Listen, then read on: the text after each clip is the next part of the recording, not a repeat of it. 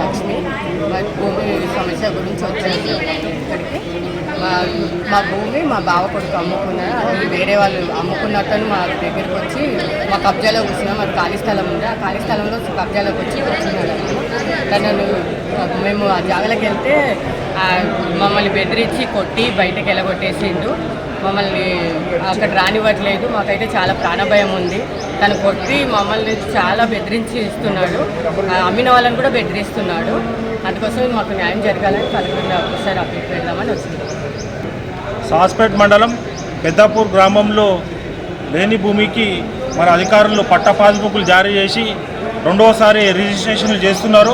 మరి దానికి ఆనుకొని ఉన్న భూమిలో ఖాళీ స్థలాలపై అక్రమార్కులు కబ్జా గురి చేస్తూ వారి లక్షణంగా ఉన్న ఇనుప కడ్డీలను తొలగిస్తూ వారిపై దౌర్జన్యం దిగుతూ వాళ్ళ కుటుంబ సభ్యులపై దాడులకు పాల్పడుతున్నారు. దీనిపై సాస్పేటు ఎంఆర్ఓ గారికి అదేవిధంగా పోలీస్ స్టేషన్లో ఫిర్యాదు చేసినప్పటికీ అధికారులు ఎలాంటి చర్యలు తీసుకోలేదు. దీనిపై తక్షణమే విచారణ జరిపి బాధ్యులపై చర్యలు తీసుకోవాలని డబుల్ రిజిస్ట్రేషన్ ఏవైతే లేని భూమికి రిజిస్ట్రేషన్ చేసిరో పాస్బుక్లు జారీ చేసిరో వాటిని రద్దు చేయాలని ఈరోజు జిల్లా కలెక్టర్ కార్యాలయంలో ఫిర్యాదు చేయడం జరిగింది.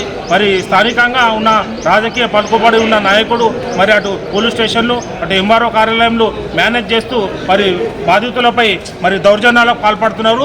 దీనిపై కఠిన చర్యలు తీసుకోవాలని జిల్లా కలెక్టర్ కార్యాలయంలో ఈరోజు ప్రజావాణిలో ఫిర్యాదు చేయడం జరిగింది. ఎస్పీ గారు కూడా ఫిర్యాదు చేయడానికి ఇప్పుడు వెళ్తున్నాం. దానిపై తగిన చర్యలు తీసుకోవాలని అధికారులను విన్నవిస్తున్నాం.